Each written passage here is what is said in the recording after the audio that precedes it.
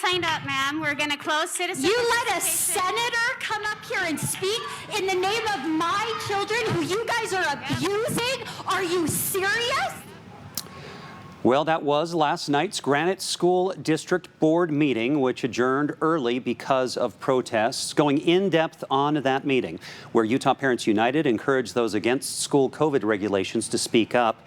The state did just hit the final threshold under the law to lift most health restrictions, but mask mandates will remain in all K through 12 schools in Utah until June 15th or the end of the school year. And Governor Cox confirmed with Fox 13 today that he has no plan to lift the mask mandate in schools. And so we want to go to Ben Horsley, the spokesperson for the Granite School District. Ben, that was quite a meeting last night. I want to just begin with the open question. Tell us how the district is responding this morning to what you experienced last night. I think a little shock and disbelief. We always encourage dissenting opinions, varying views on a variety of topics. There are many avenues for which members of the public can share their opinions with the Board of Education. To act in that manner in such an uncivil way, it was very disappointing and disheartening. We do have those avenues available, and it was hard to see the meeting denigrate that way.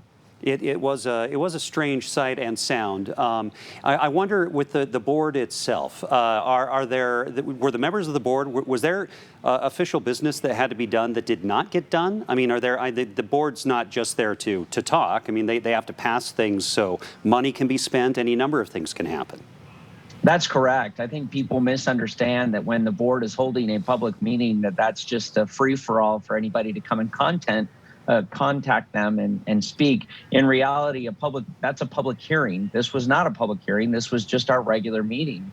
And business needed to be conducted. That business will have to be pushed off to some additional meetings. To be clear, at no point on last night's agenda was the mask mandate part of that discussion or up for discussion. So it was quite unusual that they chose this meeting to disrupt.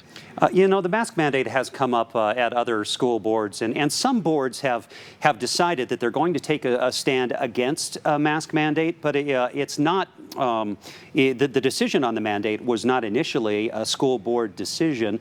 Is it your understanding or the understanding of the district that the board has the power to remove that mandate? At this point in time, we have the ability to allow parents to waive their rights, give a medical exemption. We've not chosen to exercise that. We feel like the order is appropriate. It's executed by health officials with a lot of data. The CDC has actually used Granite School District data in some of the national decisions that are being made with respect to return to school decisions.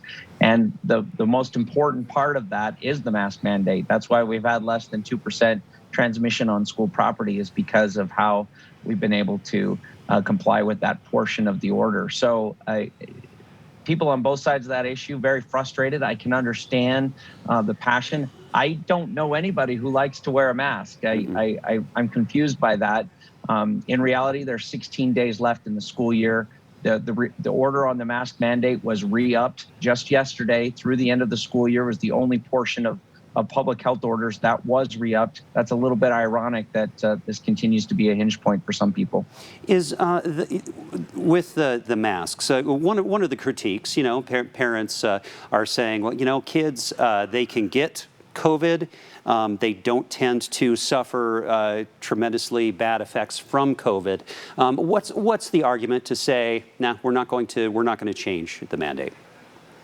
I think it would be dismissive of us to not recognize that masks are not there to protect the overwhelming majority of our students. They're there to protect our sensitive student populations. They're there to protect those with underlying conditions or other at-risk teachers. We actually have an 88-year-old teacher who works within Granite School District. Wow. So we have 9,000 adult employees who work in and out around our buildings each and every day, many of those with underlying health conditions who could be negatively impacted as a result of COVID-19.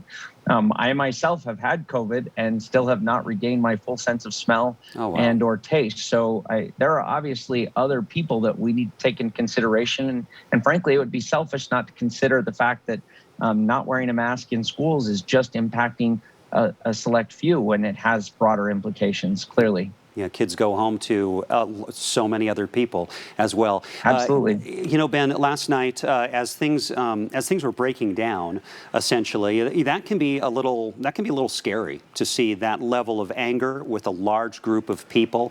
Granite has its own police department. Were there officers there, and were they close to doing anything, to detaining anybody or anything like that? Do you know? Yes, we did have 4 officers present on site in case things de-escalated. They did a great job actually de-escalating, I should say, in case they escalated. Their directions were to, we weren't sure what this group was going to try and attempt to do. We wanted to make sure that as they followed protocol that we had opportunity to hear from them, which we did. That being said, when they attempted to take and disrupt the meeting, the board adjourned, and our employees were escorted off the property. They were directed to not be confrontational, but to de-escalate, and they did a great job with that. Their presence was known. I think that in reality, that stopped further violence potentially or damage to property. And in any of those situations, first priority is always going to be life and limb, so protecting lives. And they did a great job of ensuring everybody was able to leave, and then there were no injuries or violence towards persons. All right. Ben Horsley, spokesperson for the Granite School District. It's always good to talk to you. Thank you for taking a few minutes to just kind of enlighten us on what's going on, especially after that meeting. Thanks for having us.